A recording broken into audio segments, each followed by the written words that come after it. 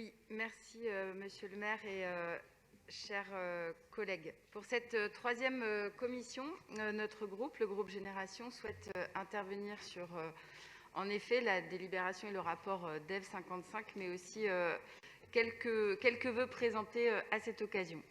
C'est, nous l'avons vu, ce conseil, l'occasion de débattre à la fois de notre budget prévisionnel, du débat d'orientation budgétaire, mais également du rapport DEV 55 sur le bilan des actions que nous avons menées en 2019 par la ville pour le développement durable. Selon le GIEC, 50 à 70% des leviers se trouvent au niveau local pour agir sur la transition écologique et sociale. Pour une métropole comme la nôtre, pour notre ville, les leviers sont importants. Et il nous reste moins de 10 ans pour agir. C'est notre responsabilité sur ce mandat et elle est immense. C'est dans cet objectif d'ailleurs que la maire nous appelle à travailler et à accélérer ces transitions. Le démarrage de la co-construction du PLU bioclimatique qui a commencé par associer d'abord les Parisiennes et les Parisiens, un panel sous forme d'un panel, pour réfléchir sur Paris 2030 est un des piliers de cette démarche. Et cette démarche est démocratique d'abord et impliquante. Les engagements pris devant les citoyens de Paris par notre majorité vont dans ce sens de l'accélération de cette transition. Et la crise que nous traversons conforte ces choix et ces orientations.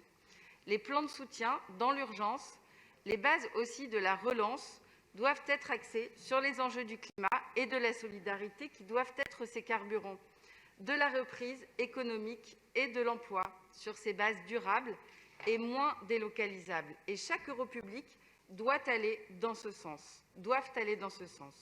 Notre lutte contre la pollution de l'air, mais aussi contre la pollution sonore, la décarbonation de notre ville passe par le réaménagement de nos espaces, de la mutation de nos mobilités. C'est pour ça que nous agissons si fortement et si clairement pour redonner aux cyclistes et aux piétons, aux transports en commun, leur juste place dans la ville.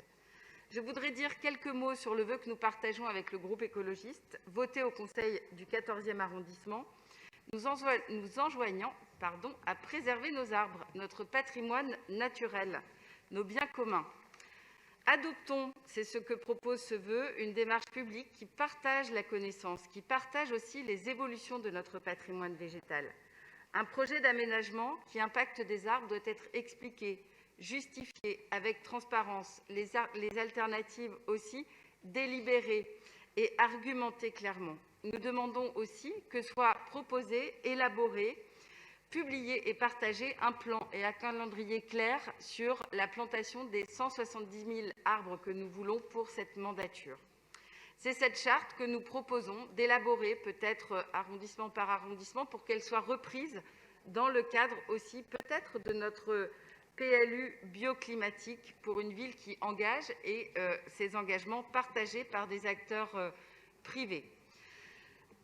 Je terminerai également par la DEV 66, puisque c'est une bonne nouvelle et nous nous réjouissons aussi du partenariat avec l'Agence de l'eau Seine-Normandie pour que les projets de végétalisation des toitures de plusieurs équipements publics de la ville, à savoir par exemple la médiathèque Yourcenar ou la crèche Emerio, le collège également Meyer, soient dotés de ce type d'aménagement.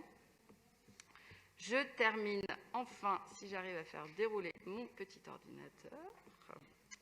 Voilà.